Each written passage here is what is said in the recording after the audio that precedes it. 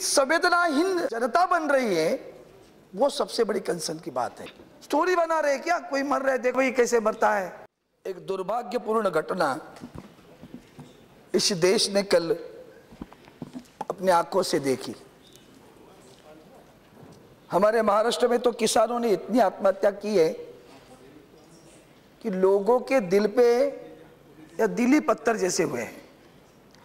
लेकिन सारी आत्महत्याओं की बात ऐसी थी कि आत्महत्या होने के बाद में हमें पता चला है, किसान ने जाकर खेत में आत्महत्या की, घर में चुपचाप की, पता नहीं चला। कल की बात अलग थी। कल तो सारी दुनिया ने आंखों के सामने देखी और ऐसी स्थिति में वो रैली चलती रही।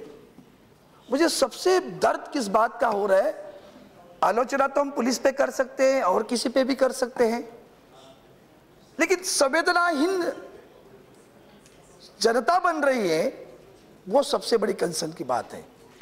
इतना सब होते हुए किसी को भी मन में नहीं आया कि जाकर उससे बचाए।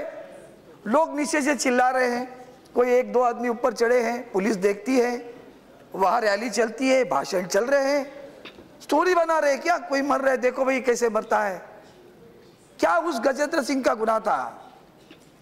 किसानों की जो बात इस सदन में बार बार उठाई जा रही है, उससे सबसे ज्यादा सदमा अगर किसी को पहुंचा है तो महाराष्ट्र को पहुंचा है। 5700 से ज्यादा किसानों ने आत्महत्या की।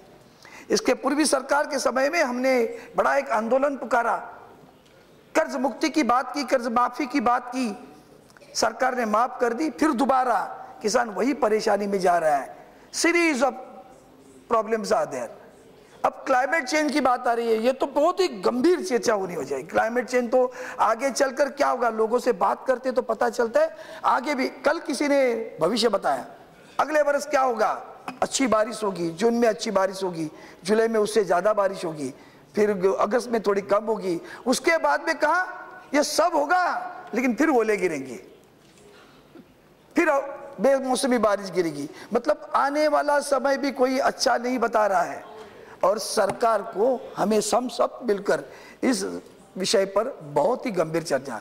गजेंद्र सिंह राजस्थान का एक किसान, 3 बच्चे हैं, खेती सारी मर गई है, किसकी रैली में आए, पहले किसी पार्टी से चुनाव भी लड़े, मैंने सुना, चढ़कर क्या बैठते हैं, गले में फांस डाल रहे, लोग देख रहे हैं, किसी को भी नहीं लगता। यही तो संवेदनाहीनता हम देख रहे हैं कि जब महिलाओं पे बलात्कार हो रहे हैं, सामने लोगों के सामने जाकर कोई हत्या हो रही है, दुनिया देख रही है, हिम्मत नहीं किसी की होती कि जो हत्या कर रहे हैं उसका हाथ पकड़े।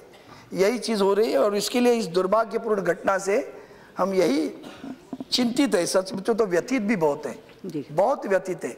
हम आलोचना नहीं करना चाहते किसी के ऊपर, हम इतना ही कहेंगे अपने दिल से पूछो जो कुछ हो रहा है वो सही हो रहा है, अगर सही नहीं है तो उसमें मेरा कर्तव्य क्या बनता है। अगर मैंने इसमें मेरा कर्तव्य निभाया होता तो क्या उसकी जान बचती।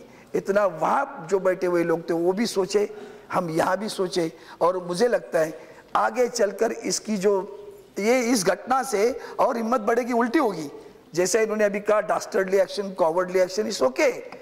मरने वाला ये नहीं सोचता है, वो इतना पढ़ा लिखा नहीं है बेचारा, वो सोचता है मेरी रोजी रोटी की क्या बात है, आज मैं अपने बच्चों को खिला नहीं सकता हूं तो मेरी जिंदगी किस काम की है।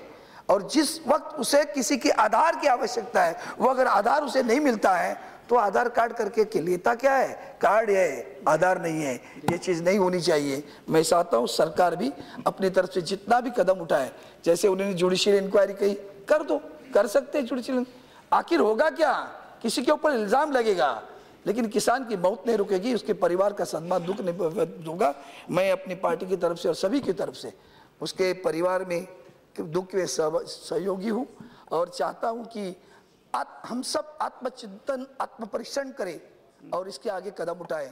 इतना भी कहकर उसके प्रति भावना व्यक्त करते